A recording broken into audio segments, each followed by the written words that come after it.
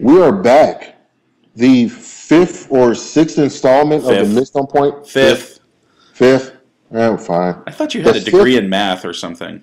No, I do not have a degree in math. I had a degree in marketing. It was by the way. I thought it was accounting. Nope. Well, perhaps since you can't count to 5, that was good. Yeah, I kind of skipped at 2 and 3. Welcome, everyone. Thank you for listening to the podcast. If you've listened thus far, then continue to listen. Tell your friends. We got more hits than last week. It's always a plus. Shout out to Sean Ridley on Twitter for that boost in interest. Joe, what do you want? What's that? What do you want? What do you want to talk about? What do I want to talk about? What do you want to talk about? Is there anything other than Linsanity? Listen. I got the email from ESPN saying that we have to talk about it. It's legally required. So it's like the Tebow thing during the football season? Yeah, he's at 100% on Google Analytics, so we have to talk about him. So if any of you have been under a rock for the last couple of weeks, there's this guy named Jeremy Lin. He's a point guard for the New York Knicks. Apparently he's pretty good. Yeah, he had a historic first few games in a couple of different ways that we'll talk about. The Knicks went on a 7-0 win streak. They lost a game and then won another game today.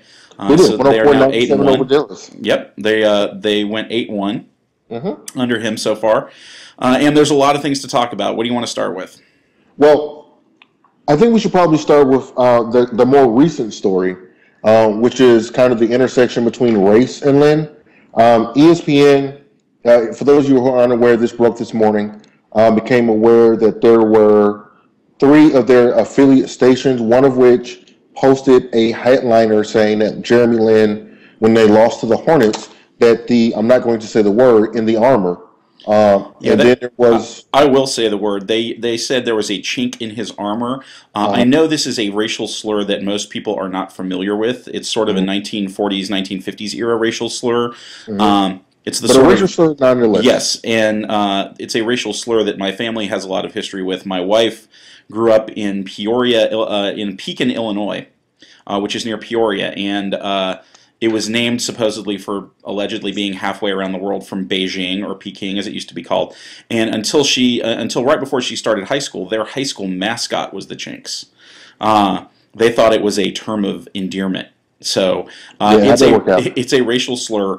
We'll talk about the details of this in just a second. ESPN, it was up for a while. It was actually mentioned. That headline apparently came from an on-air comment that someone had made. They've since taken it down and apologized for it, but it's only magnified the focus on the fact that Lynn has been getting a lot of attention, and a lot of that discussion has been about race or has involved race in some way, shape, or form. If you want to hear my longer academic musings on this, you should go to www.thepermutation.com, which is my if you guys blog. Are listening, if you guys are going to thepermutation.com, there's no reason you shouldn't listen to the podcast. That's right. That's right. The Lynn story has gotten about 1,600 hits since I put it up, including the latest hit, according to my monitoring device. Apparently someone Googled Jeremy Lin's sexual prowess and got my article. So that's right, ladies and gentlemen. Joe Bellon is talking about Jeremy Lin's sexual prowess. You want to listen now. Yes.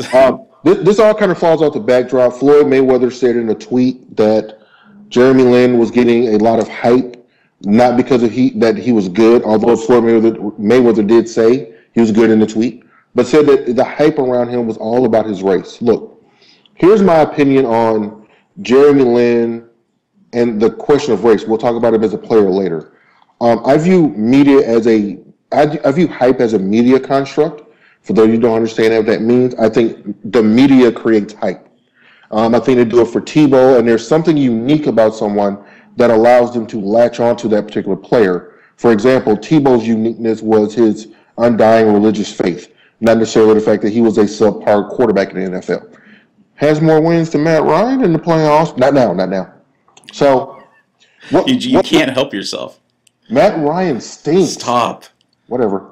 So, I actually agree with Floyd in this sense. Of course you do. Of course I agree with Floyd Mayweather. Shout out to Ed. Ed believes that I am a Floyd hack, and I'm not. Yeah, my God, you're the worst Floyd hack. I am a truth teller. I don't understand. You are a Floyd apologist. I've never apologized before because he's Yes, mostly you white. are. You are. Whatever. Okay. Whatever. So anyway, but this is what I'm trying to say in all seriousness. I believe that the media has latched on to the fact that he's Asian and hasn't really, until recently, started to focus on the fact that he's actually a pretty good basketball player. Now, I think that's the angle in which I believe that the hype comes from. Do I think that now he's starting to turn heads because he can play? Yes. At first, though, it seemed like a bit of a novelty act because all they talked about was his race. Stop. That is a ridiculous argument. Let's examine the Floyd Mayweather tweet based on his specific arguments. He said that black players do what Lin was doing every day. Those are his words, and never get any hype. And Lin got hype because he was Asian. No one has ever done what Jeremy Lin did in his first 4 games as a starter, ever, of any race, at any time, ever. That is why he got attention. There are other Asian players in the game. Milwaukee drafted a Chinese national a couple years ago who I don't think is in the league anymore, and he's gotten virtually no attention in spite of the fact that he was Asian. Yao got attention partially because he was really big, and because he got a bunch of early hype from ESPN, and because when he was healthy, he was a very good player. Lin has gotten hype initially because of his play. Now, if you want to say race has a lot to do with it and the media loves a novelty act, you're absolutely right about that. Read my article. That's the angle that I'm coming from. Yes, but that is not but let's just be clear about this. That is not what Floyd Mayweather said. Floyd Mayweather said he was only getting hype because of race and that black players do what he did every day. Those are completely false comments, especially the latter is provably false. Well, let's talk about this for a second, okay? Let's delve a little deeper into this particular subject. What Jeremy Lin did from a scoring standpoint is something no one else has done. Well, it's not just scoring; it was scoring and assists. Hold on. Right. But the scoring one was the record everyone talked about. That is inaccurate. The record that he set was for both points and assists. It was a certain number of points. I believe it was 20 and 7 as an average in the first 4 starts. The record I'm talking about is him scoring the most points in that never 5 happened. or 6 games. That record never happened, dude. You need to get clear on this. They were saying he would have had the record for number of starts in terms of points. The record he set, the one that had never been done before, was 20 and 7 average in your first 4 starts. Fine. Well, however you want to define what the record is. Okay. The one thing that no one, because here's what I will say, and here's something that you will hear in what I will say most barbershops. Okay, most black barbershops. Okay. Let's be clear. Let's be clear. You said black barbershops. All right. Sure. Let's be clear. What Jeremy Lin is doing is very good for the start of someone's career. Historically good. Sure. No. 27 is fine. Historically good. Here's the thing. Would I say that the start to his career would image or mirror some of the other players who have kind of come out, who he is possibly past? Nah, maybe. But the thing that I think that gets overshadowed is in the way in which the media has covered him is the almost apologetic silence about the fact that he is a turnover machine. Now, okay, you're wrong. You're wrong about whether or not the media is silent on that question. Every single report that I've heard where people are seriously discussing this on ESPN, on other sports shows, they talk about the turnovers. Which, by the way, turnovers is like a side note of the fact that their point, because they keep winning. Like their point is, are the turnovers a long-term concern? And you'll hear different answers to that question. I mean, today, even though he balled out of control, he still had 7 turnovers. Had 7 turnovers, 14 assists, 28 points. There is if you really want to get deep into that has a lot also to do with the D'Antoni offensive system. I agree. And that's something that we talked about earlier in the week. I said that Jeremy Lin, and if you disagree with me, then that probably means you're not smart, that Jeremy Lin is a byproduct of a coach. If he gets a point guard, with a certain skill set. I know you don't mean to say he's only a byproduct of that, but that's certainly been a big help to him, right? The biggest help, if we're going to talk about Jeremy Lin, the biggest help to his NBA career was getting with the Knicks and getting with D'Antoni. And the work he's done on his own, because he's clearly improved as a player. Sure. Okay. But I'm saying that, I guess what I'm saying is this. I think Jeremy Lin, prior to this, was probably a very good player, just never got a chance. Yeah. And then he wasn't a necessity because in Golden State he's behind Curry and Ellis. In Right. Houston he was behind Martin. There were players he was just behind and it wasn't going to work out. And the So truth of the matter too is, there's a lot of coaches that look at him and think he can't be good. So let's not pretend that the race thing is a uniform good for him. It's not no, uniformly beneficial for him. There have been problems for him too. And by the right. way, And as you say, I just want to point this out. As you say, there have been other Korean or Japanese players in the league, but those players he was Taiwanese, but whatever. I'm sorry. I'm not. Has there ever been a Japanese player in the league? I don't know. There's got to have been one. Somebody researched that. That have not performed well, with the exception of Yao, until he got hurt. So I think that his race probably did maybe hinder him initially from getting, accepted. But a 6'3" point guard is a 6'3" point guard. No, you're right about that. You're right about that. But you should, if you haven't already, you should read the articles from Lin's college career that talk about the volume of racist comments that he got while he was playing in college. And some of which are pretty horrifying. So, look, I don't mean to make the argument that your position on this is wrong. I mean to make the argument that Floyd Mayweather's position on this is ignorant. And I want to particularly point out that anyone who thinks, and I've heard a bunch of people on sports talk radio say this, that Lin is getting some kind of great benefit from being Asian in the league, and that black players are getting ignored when Lin is getting attention and doing the same things. That is a lie. That is a wrong argument, and that is a lie. I've heard that argument made a bunch. Okay, that makes some sense. The overt text of Mayweather's tweet is that Lin is getting special treatment because he's Asian, and black players who are doing well don't get attention. Of course, it's ridiculous to say that black players that are doing well don't get attention. We could start listing off people that are getting plenty of attention. One thing that I kind of sense about the Floyd Mayweather tweet, and if you want to call me a Floyd Mayweather apologist, that's fine. But I think the point that you just made is legit. That there's a subtext to that tweet.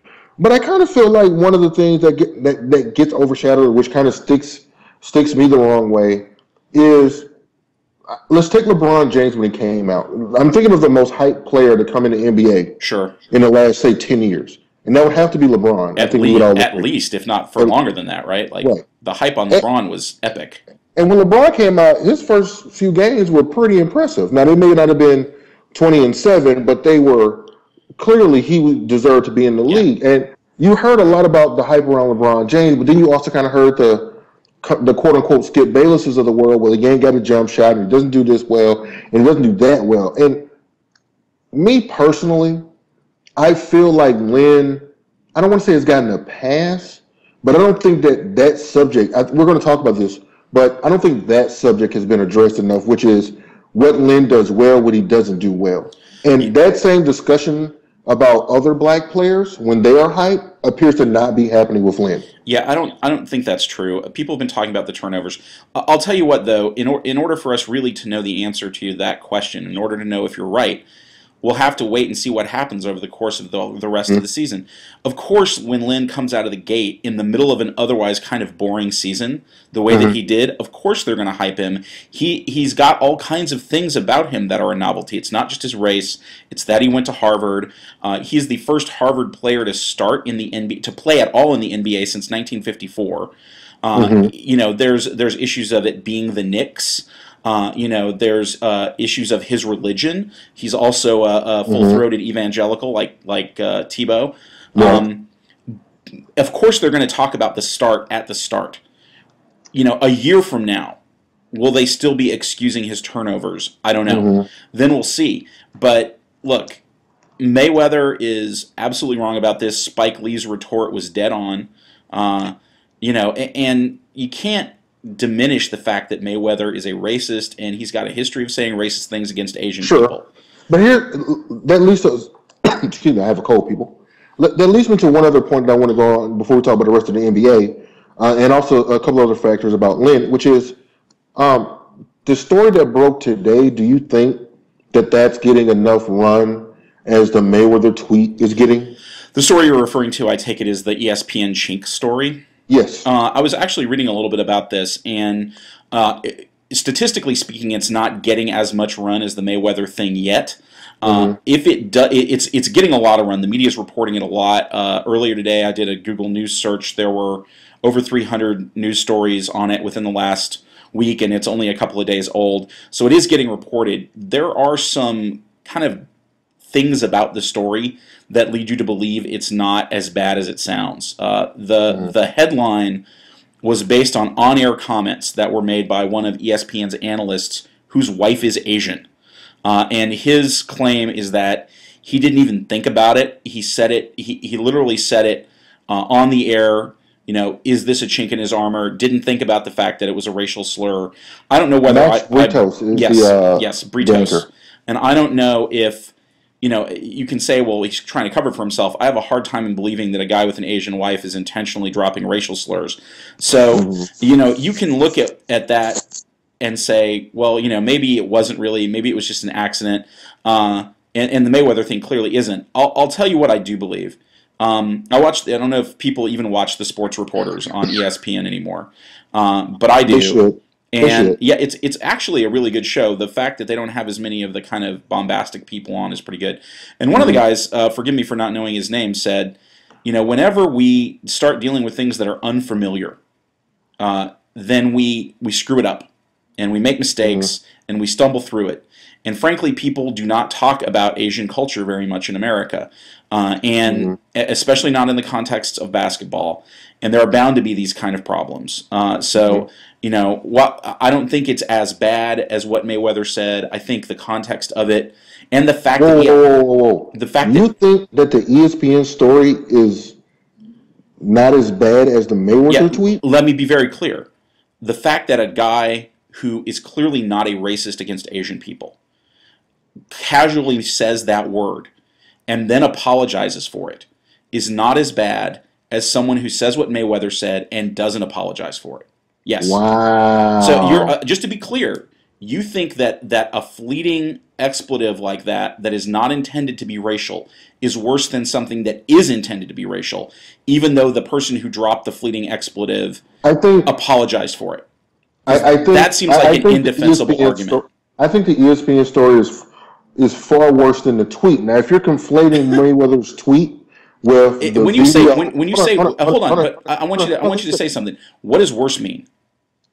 When I say worse, I'm saying, is it worse for someone to tweet that the hype around Linsanity is based on race when in the tweet itself it does not contain a racial slur, than for someone to publish, either say on air or to publish on an ESPN affiliate, the phrase chink in the armor with the appropriate racial slur, regardless of if it was apologized an hour or so later. Okay, well, significantly worse. I don't think it is, and here's why.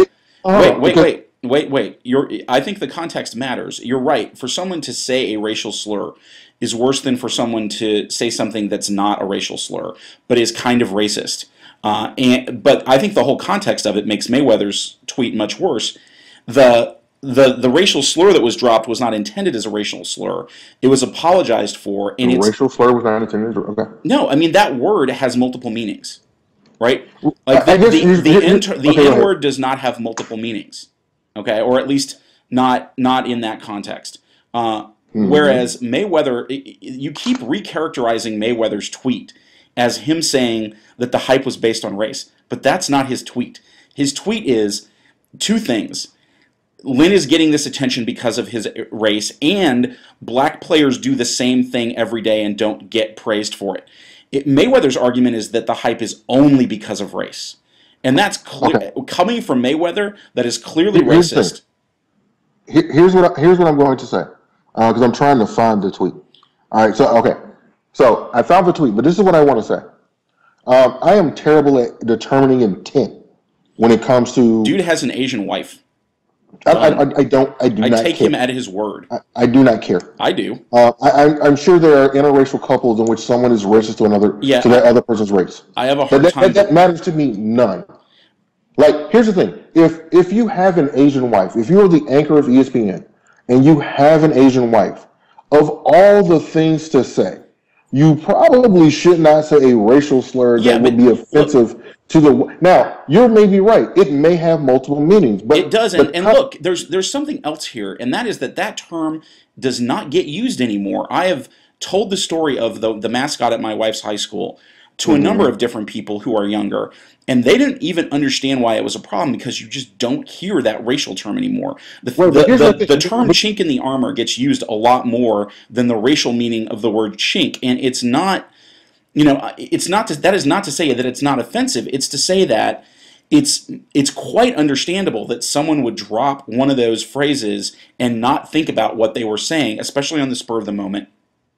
I guess here's my thing. I think here's my thing.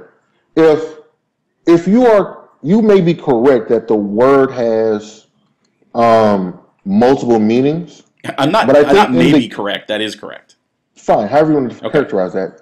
But I think it is something to in the context of a story about Jeremy Lin, to even come close to uttering that phrase is moronic. Now, sure, it's a mistake, and you can tell it was a mistake because they apologized. But the anchor who said he apologized, or they apologized.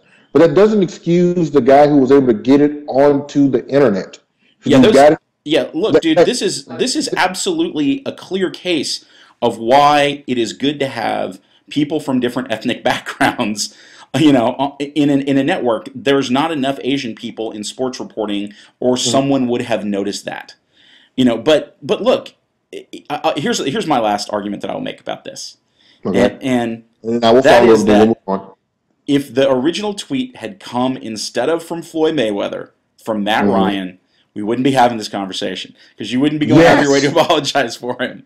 Yes. You would have been like, tweet comes from Matt Ryan. No one's talking about. You would be killing him. You would be killing. Yes, you would. You'd be killing Ryan all the time. You'd be like, "I told you that Matt Ryan's bad, and he's a racist." That's all we would have heard about from you.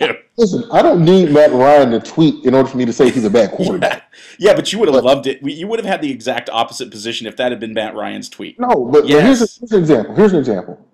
If I can't think of another famous, if Jack Nicklaus would have made that tweet that Floyd made, do you think it creates a firestorm? Well, I don't know. It's hard to imagine that people even does Jack Nicklaus even have a Twitter account? But like let's say Phil Mickelson, okay, sure. Right, because he's a modern player that people pay attention to. It would have gotten some attention. It might not have gotten as much attention because Floyd is one of those guys that sane people love to hate.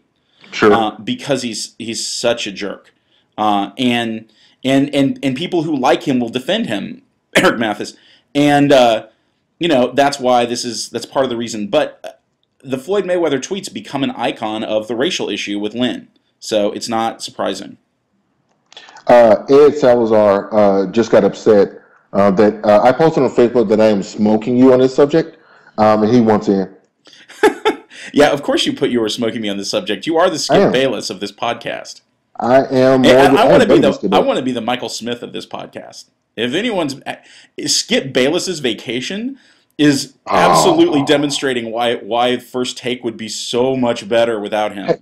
ESPN, do you understand how much better your show is without Skip Bayless? Michael Smith is so good. If you could get another person who's any good to go with him, that show would be on fire. It would be better than PTI. I like Bomani Jones. I like Bomani Jones a lot, and he has a cool voice. Yes. They just need to get Jamel Hill off that show. She's a moron. I'm Skip Bayless. He's Jamel Hill. Yeah. Moving on to the next subject. If I'm Jamel Hill, you're that dude that said that Atlanta was the worst sports town ever, who can't speak.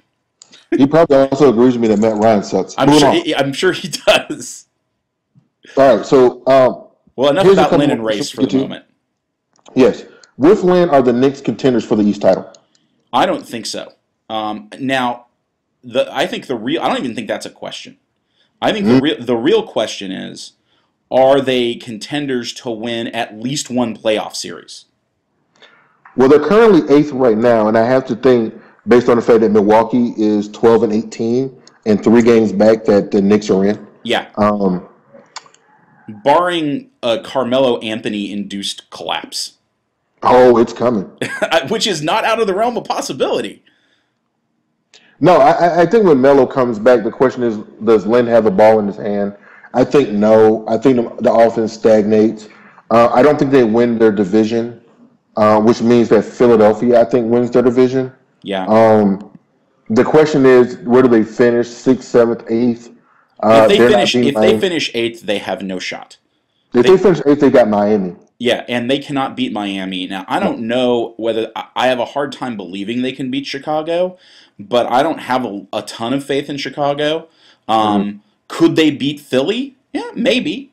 You know, could they beat Orlando or the Hawks? Probably. Probably. I mean, if they can move up to sixth, could they beat Boston in a 4-5 matchup? I mean, that's Rondo at the point. Yeah, I continue to think that they can because I just don't believe in Boston in the postseason. But I think with Lynn, the question isn't even going to be anything other than can Lynn and Carmelo and Stoudemire play together in such a way that the Knicks make progress up in the standings in the East to the point that they don't get wiped out in the first round. They're not contenders in the East, and unless something magical happens. Do you think J.R. Smith matters to them getting more wins? Maybe. I joked that the only reason that they got J.R. Smith is that the Knicks were under the NBA's tattoo quota, and it'll help them with that. But isn't J.R. Smith supposed to be the bucket attacking guy? Isn't that kind of Lynn's job in this offense? Yeah, the problem is a starting five of Smith, Lynn, Melo, Stoudemire, and Chandler. You've got four guys that've got to have the basketball at any given time. Yep. And that's a lot of shots. And in a first-round matchup with Miami, a team that will easily turn those 7 turnovers into 14, maybe more points a game, that's a disaster waiting to happen. You're absolutely right. I have to assume Chicago defense will stifle Lynn. Now, Philly, I think that's where you're talking if they can get a first-round matchup, when the 3-6 matchup with Philly and themselves. Here's the Knicks' great hope. The Knicks' great hope is that Mike D'Antoni has enough clout now that he can tell Carmelo Anthony to stop dribbling the ball at the top of the key forever, and then he can get Carmelo to buy into his offense and get into the flow of the game. That's their great hope. They are not a contender in the East, and that's not Jeremy Lin's fault, but he could be the long-term solution for them at point guard. No, he could. He's definitely going to be there, I would say, more so than Baron Davis and, God forbid, Mike Bibby. Yeah. Did you know Mike Woodson was an assistant coach on the Knicks? No. Yes. How does he have a job? How does Bibby have a job? Here's the thing. Mike Woodson, defensive coordinator for the Knicks. Wow. Well, think about that for a second. That is a job you don't have to come into the office for. No, you don't. They don't play defense. No, I could do that job. Okay, do you want to talk about the standings or you want to talk about the Dwight Howard trade rumors? Well, let's talk about the standings real quick. I think we only have a couple things to say about that. We already talked about the East a little bit. I think it's real interesting that you've got the Heat have come back now and are slightly ahead of Chicago statistically in the East and are balling out of control. And they're I think they're kind of benefiting from Linsanity because no one's focusing on them the way they used to. Right. What's really interesting to me is you've got the Heat and the Bulls both at 25 wins at the moment, and then you've got Oklahoma City at 23. That's no surprise; they're really good. The next highest win total in the National Basketball Association is the San Antonio Spurs, who just lost Manu Ginobili again. Oh God, they're snake bit. I guess that means they're not real. But are you a hack? Are you a hack for Tim Duncan again? I am. I will absolutely confess to being a Tim Duncan hack. I have a master's degree from Wake Forest. When my wife and I were there, which is where we met, we at one point had 4 of the 5 starting basketball players in our classes. She taught Randolph Childress and Rodney Rogers. Most overrated team ever. Well, not they are now, but when they had Duncan, if their coach had been better, and if their coach had been better when they had Childress and Rogers, they would have been better. But whatever, I love Tim Duncan. I'm not going to lie. All right, so I don't know that there's anything else going on that's really that interesting. The Lakers have moved up in the standings in the West and are playing better. The Clippers are having some problems. I don't think that's really a shock.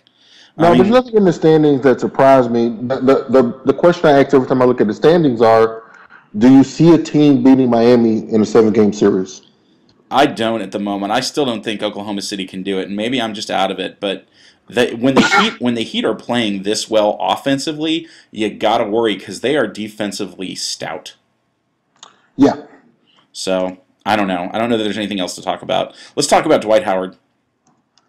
No problem. Let's talk about Dwight Howard. And ESPN had a very interesting article about how an NBA trade of Dwight Howard deal shifts the title odds or certain teams.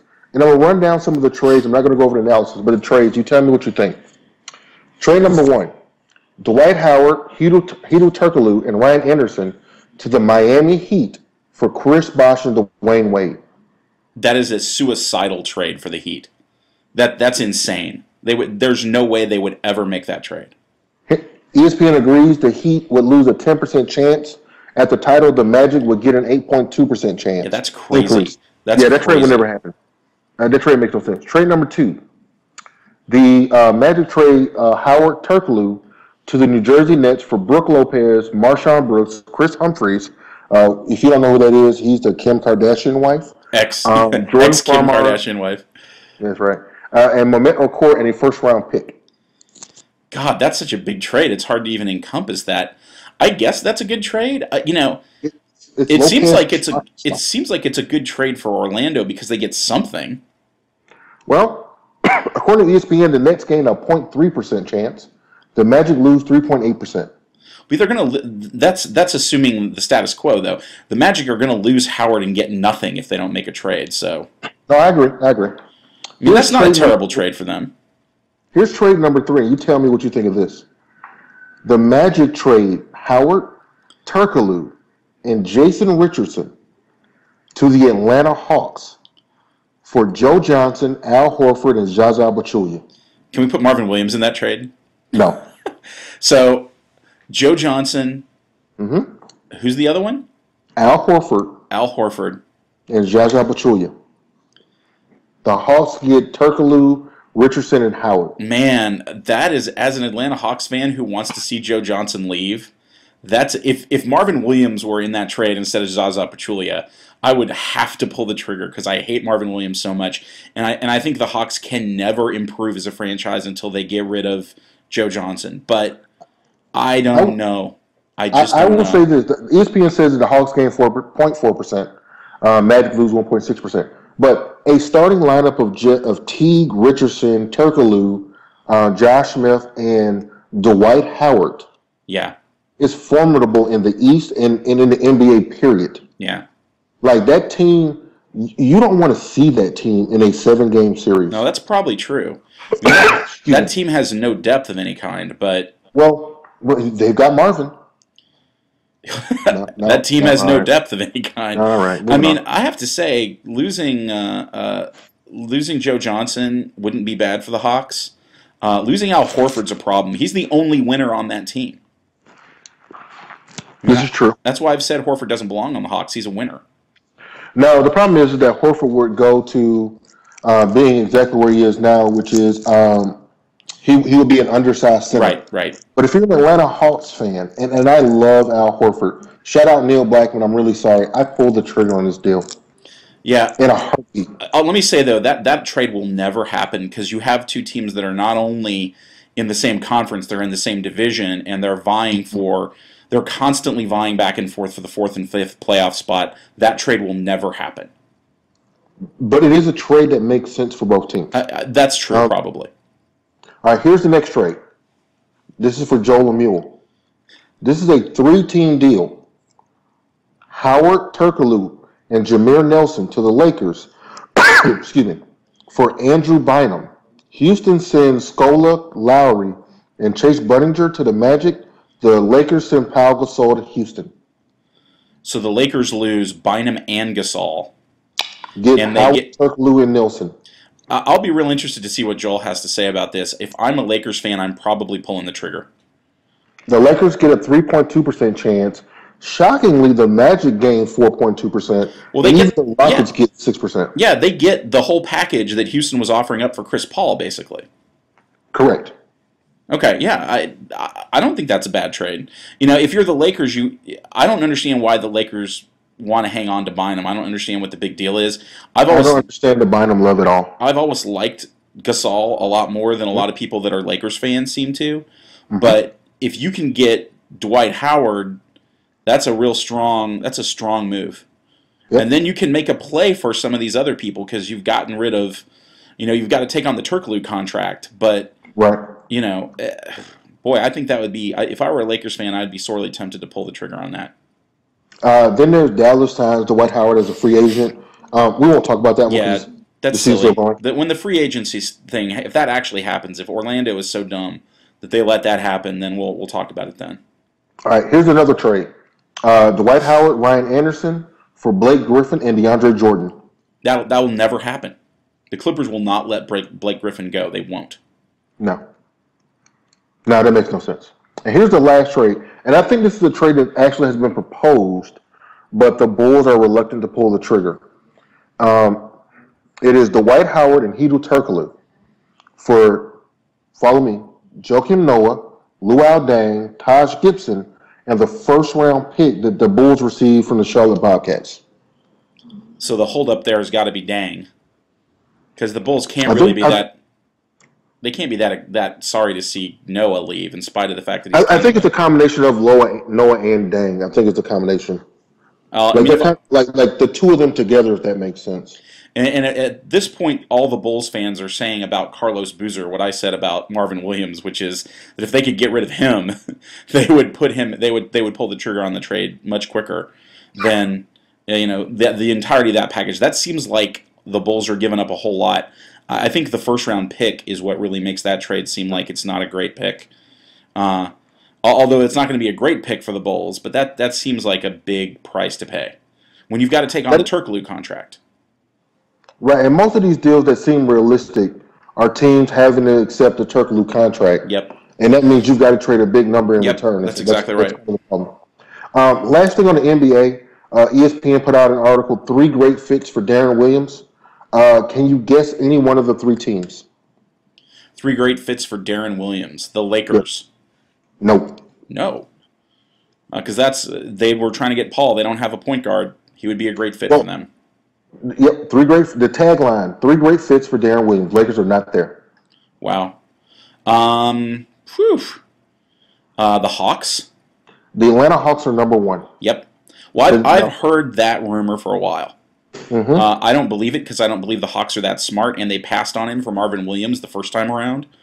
Mm-hmm. So Hawks, let's see, who else? The Magic don't make any sense because they're not going to be contenders after Dwight Howard leaves. So they can't be on that list. Nope.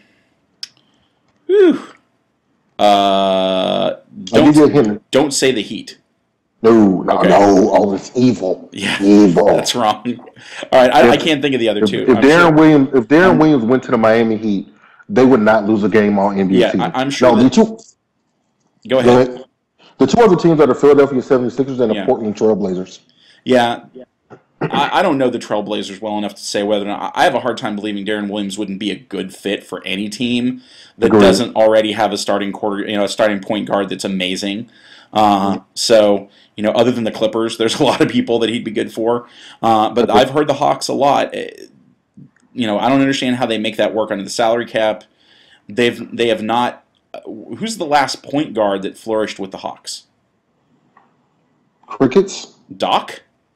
Crickets? Yeah. I mean, we do not have a history as a franchise of, negative shout out to Billy Knight. I hope you have diarrhea in the next 24 hours. Diarrhea of the mouth. Yeah, God. He destroyed us for the point guard. He just thought if you got enough swingmen who are 6'9", then you could have a team made up entirely of them. So if I were Darren Williams, I would be very hesitant about going to the Hawks, but that probably makes the most sense. I think it makes sense because I've said it before and I'll say it again. Joe Johnson will be amnestied by next season. Yeah. Let's move on. We talked about the NBA. Let's talk a little football. Peyton Manning's been in the news. His recovery is going slower than expected. Andrew Luck clearly is going to be the number 1 pick. Joe, if you're the GM of the Colts, what do you do with Peyton Manning? Well, I don't think the GM of the Colts has to do anything with it. I think Jim Irsay knows, the owner of the Colts knows, that he's got to get rid of Peyton Manning, and he doesn't want to seem like the bad guy because Peyton Manning made Indianapolis love football again, and there's a whole generation of people in that town that grew up with Peyton Manning as the quarterback. Irsay doesn't want to be the bad guy, and so he's gotten into this pissy little immature contest with Peyton. They just need to say they're not going to take him and cut it off and stop screwing around. I still think, in all seriousness, I think Peyton should retire. that is a scary injury. I know that he's been cleared to play, and they say that he can't get badly injured again on it. But when you start messing around with the major nerves and the discs in your neck, then you've got paralysis issues to talk about. You got a lot of problems. He should retire, but if he's not going to, they should just cut him and be done with it. Not sure if I know the first round draft order yet, but I'm looking. You trade Peyton Manning. That's the pick. They're not going to trade. They can't trade. No, him. I'm sorry. You do not trade Peyton Manning. Let me change my stance. You trade the pick, and you find one of these teams like the Browns or any of these teams that kind of have these 2 picks in the first round. That team needs a lot of fixing, and mostly is on defense and offensive line. But you make the decision, but you have to see Peyton play. Or like simulate playing that's not going to happen before March 8th when they have to pony up $28 million. This is what I would tell Peyton Manning to do. I would tell Peyton Manning, fine, we need to make a decision on you, but we need to see you in kind of like a combine status where you're throwing to receivers. If you look like you can throw the football on an NFL level, we can do it. If you do not, then we have to move on. If he refused, then you move on because you don't have time to play, and you trade Peyton for more picks, so you can start to kind of build this team around. They can't. You'll trade you can't trade Peyton. You cannot trade Peyton Manning. Tell me like the Arizona Cardinals. No, you can't. You can't. A second round pick for Peyton Manning. He's too much to trade. The only reason this works is, and they'd have to. He's a huge hit to the cap. They'd have to cut him, and the reason that the Cardinals could pick him up is that Manning's already said that he would play for largely an incentive-oriented contract, but he's not going to give that same kind of discount to the Colts, not when they're almost certainly going to pick Luck. I think they've already made this decision. I just feel like... No. I think the question is... Yeah, I think the question kind of is it's Luck or bust, pretty much. But I still feel like there's value in trading Peyton Manning. He can renegotiate his contract. You can't. To he's avoid not the going kid. to. He's not going to. Like, we're past that. I agree with you.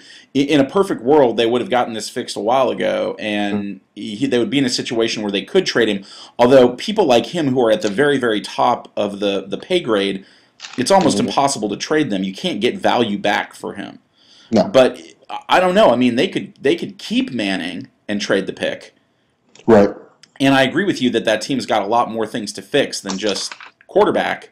But if Manning proved one thing, it's that a really good quarterback can cover over a lot of problems. He should have been the MVP of the league based on the fact that where they were last year and what happened to him this year. Yep. Joe, they've asked about it. They've demanded it. The people want to hear our take about NASCAR. Yeah. So we're going to talk about NASCAR. We're actually going to talk about NASCAR for more than 5 seconds, I promise. We're actually going to talk about NASCAR for longer than 6 seconds. And the reason that we're going to talk about NASCAR has nothing to do with them making left turns. He made a left turn. Oh, by the way, I love it. I love it when one of the NASCAR guys cheats and everyone in NASCAR is outraged. It's like you've set up a system where the quality of the machine is pretty much a huge part of what happens, and you're shocked that people are cheating. This is what you want. You want someone that cheats. I forget the name of the comedian, but he has the puppets, and he's got the one puppet who loves NASCAR, and it's always about, he made a left turn, and that's all I know about NASCAR. But here's what we're going to talk about NASCAR. NASCAR turned down Bubba Watson, who was going to drive on the Daytona 500 track in the General Lee. For all of you who don't know, the General Lee was a car associated with the Dukes of Hazzard. The Dukes of Hazzard, for me as a kid growing up, one of my favorite shows. Why? It was a car that drove fast. Knew nothing about moonshine, knew nothing about the thing that was on top of the car, only knew it drove fast, and they jumped over hills. Made sense to me as a kid. Well, apparently there's this thing called a Confederate flag on top of the car. You might have heard of it. You might have heard of a Confederate flag. It's not just that, by the way. The General Lee on the original show, when they honked the horn, it played Dixie. It plays Dixie, right? And I know this. There was a guy. This is where I went to high school. There was a guy in my high school that had his own car completely redone to be an exact replica of the General Lee, right down to the horn that played Dixie. And everybody in my high school thought he was an awesome guy. That's where I went to high school. So NASCAR came out and said the image of the Confederate flag is not something that we should play. This is a quote, an official role in our sport as we continue to reach out to new fans and make NASCAR more inclusive. Obviously, NASCAR wants to get beyond the good old boys image, and they're looking for more fans. Well, Bubba Watson tweeted, sorry to NASCAR, at NASCAR won't let me drive the General Lee, dreams crushed. There's another quote in here. I think Bubba Watson, here it is. Bubba Watson said, and I quote, the show wasn't ready. Yeah. Because he's not Floyd Mayweather, so we're going to talk about race. Okay. This is our all race podcast. All race show all the time. This show was the show, the Dukes of Hazzard, was not about race, but I understand why people get upset with the flag. Watson added, learned a lot about the history of the Confederate flag over the last few weeks. Obviously, I don't stand for the Confederate flag. The Confederate flag was not used for what people see it as today. So that's sad, but NASCAR was built on moonshining. Wait, the Confederate flag was not used for what people see it as today. The Confederate flag was not used in the show for what people see it as today. By the way, that was the battle flag of the Confederacy. The thing that people always describe as the Confederate flag was the battle flag of the Confederacy. When they were fighting to keep the right to have slaves. Now, I know there were other things involved. People are always like, it was a states' rights issue. Yeah, it was a states' rights issue to keep slaves. That's its primary symbology to people, and you're going to trot it around NASCAR. Look, not only is this good for NASCAR, it's strategically smart. It is the NASCAR equivalent of what in politics we call punching the hippie. Which is the phrase that the left uses every time Obama or any other Democratic president says bad things about the left. They do that because they know the left is not going to abandon them, and it scores points with the people they are trying to attract, the independent voters, when they do that. When NASCAR says the rebel flag is not appropriate, the guys that are driving around with 10 rebel flags on their car, wearing rebel flag undies and rebel flag shirts, and dressing their wife up in rebel flag monokinis. What's a monokini? Look it up. Hello Kitty? No, that's related. But those guys are not going to abandon NASCAR. NASCAR is what they love. So NASCAR can kick the redneck hippie as much as they want, and they're not going to lose those fans. And the people that are considering watching NASCAR for the first time, they're going to be happy about it. And for all of you NASCAR fans that are upset about this, you should just stop and think that your favorite thing in the world is complaining about stuff. NASCAR fans are the complainingest fans I've ever seen. They're not happy unless there's a scandal involving how NASCAR runs things, how the cars are designed, which brand of car is being used, whether or not Jeff Gordon's really a good representative of NASCAR. This is the best thing NASCAR could do. This is super smart by them, and ultimately the right decision too. You shouldn't be parading the rebel flag around your major sport. I will say this. I love racing. So I love F1 racing, and I actually like NASCAR. I know it's more than a left turn. I just like the comedian who made a left turn. I think that's funny. But this is a smart move by NASCAR because it shows these quote-unquote new fans that they are trying to kind of maybe branch it out a little bit to more of an urban demographic, and NASCAR has gone beyond this kind of buddy movement. To me, this story is not really about NASCAR. I think this story is about Bubba Watson. And listen, I don't know who Bubba Watson is, but here's my theory. I'm not pretty sure. I have no fucking clue how he took him over the last few weeks to learn the history of the Confederate flag. You mean to tell me you are a middle-aged 40-year-old white man playing golf and you have no clue about the Confederate flag? I was unaware that the rebel flag had a negative connotation for you folks of color. I didn't know that was the case. Ladies and gentlemen, Bubba Watson making an appearance on the podcast. Unaware. In fact, first celebrity. Just last year, I became aware that the Jews did not like the swastika. I was also very surprised by that. I could not believe that the black folks did not enjoy the rebel flag. I mean, it's a sign of heritage, which they're a part of. I didn't know they didn't like it. Bubba, do you know the reason why some of the Jewish people may not like a swastika? Well, it has something to do with their religion. I'm not quite sure what it is. You think Passion of the Christ is a great movie, don't you? All right, now we're crossing the line. All right, look, that is shocking, and I love the NASCAR fans. Shout out to Todd Weiland, my brother-in-law, and Roger Volker, my father-in-law, who love it. I can't figure out why it's exciting. I've said all along that I will start watching NASCAR the minute they put in oil slicks and pits and machine guns and stuff that makes it more interesting. The NASCAR fans watch for the crashes anyway. But there you go. That's probably the longest we will ever spend on NASCAR on the podcast. Hope you liked it. I'd just like to say shout out to Ed Salazar, Stephen Height, and also Paul Mabry, giving us a little bit of love on Facebook right now. Last topic, boxing. It's only the greatest sport in America. Next week on MissedOnPoints, cockfighting. Hobo fights. No. We should have those. We're going to talk about boxing, but we're not going to talk about Floyd Mayweather just yet. We had some pretty good fights over the weekend. Paul Williams returned with a unanimous decision over Ishida, who, for those of you who follow boxing, Ishida was the guy who smoked James Kirkland. Kirkland is the guy who's basically destroyed Angulo, who's a top fighter at 154. Paul Williams looks like he's... Wake up. Oh, sorry. Thank you. Paul Williams looks like he's back for a major fight, whether against Floyd or Manny Pacquiao, we don't know. The biggest news of boxing right now is Klitschko, but there was a fight after the press conference that was more than in a staged fight. And got more press than the actual fight.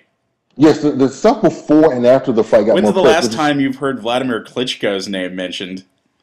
I follow at Dan Raphael on Twitter. Shout out to all the freaks out there.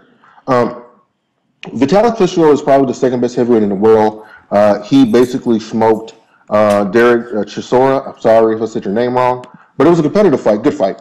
After the fight, David Haye, who basically quit in his fight against Vladimir Klitschko, Vitaly's brother, called out Derek, saying that he fought like a bum. There was a fight ensued. Someone was hit with a bottle. Arrests were made. This was right out of the Mike Tyson, I'm going to drop kick you off the top of a car scene from the 80s in one of his kind of pre-fight rituals.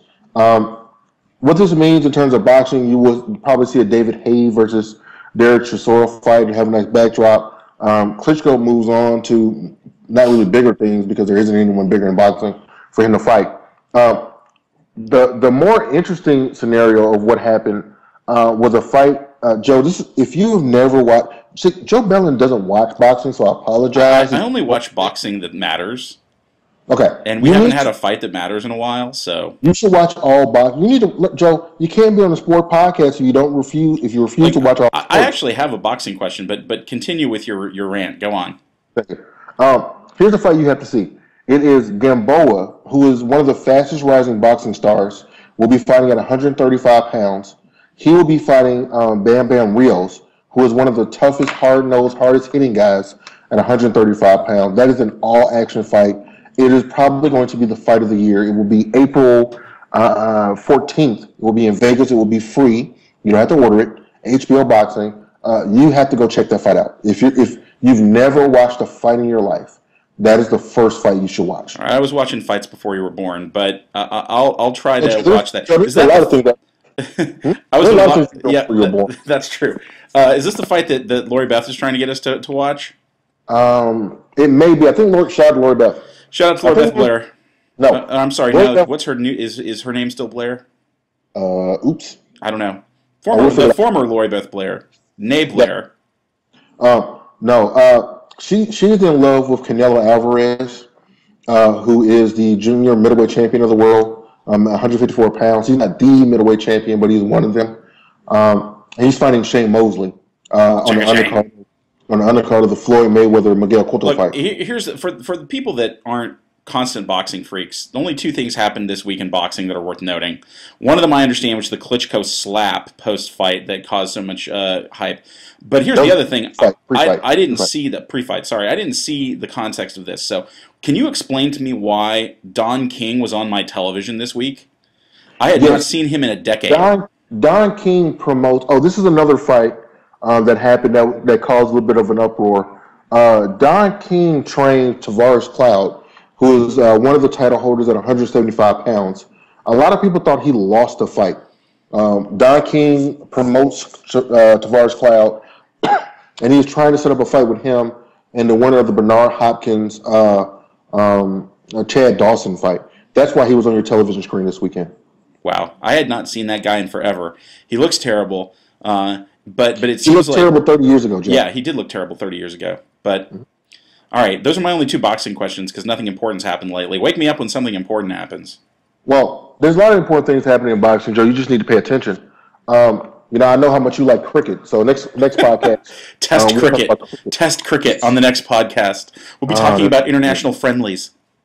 Oh, speaking of international, we need to have a soccer. Neil Blackman. We need to have a soccer. Neil Blackman, you need to be involved in the podcast for the soccer thing because Eric and I know less about soccer than I know about modern boxing. So no, in soccer you make a left turn. No. And why is it that you have to use all these British terms for soccer? I don't get it. Why can't you call it a field? You have to call it the pitch. Although there's some of the greatest calls in sports are in soccer. Our soccer, yeah.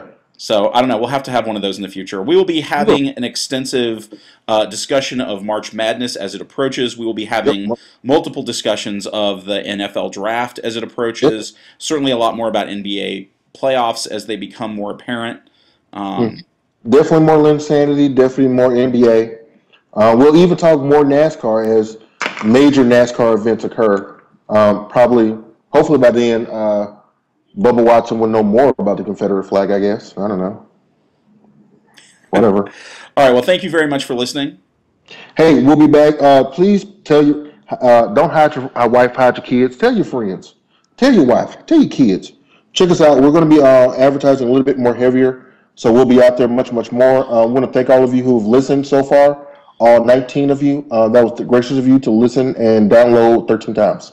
Yeah, by the way, if you're not aware, we have a Facebook page now, Missed on Points. There's a YouTube page, if you looked up Missed on Points, that has all of our videos on it. And we've got a Twitter account at Missed on Points. So check us out.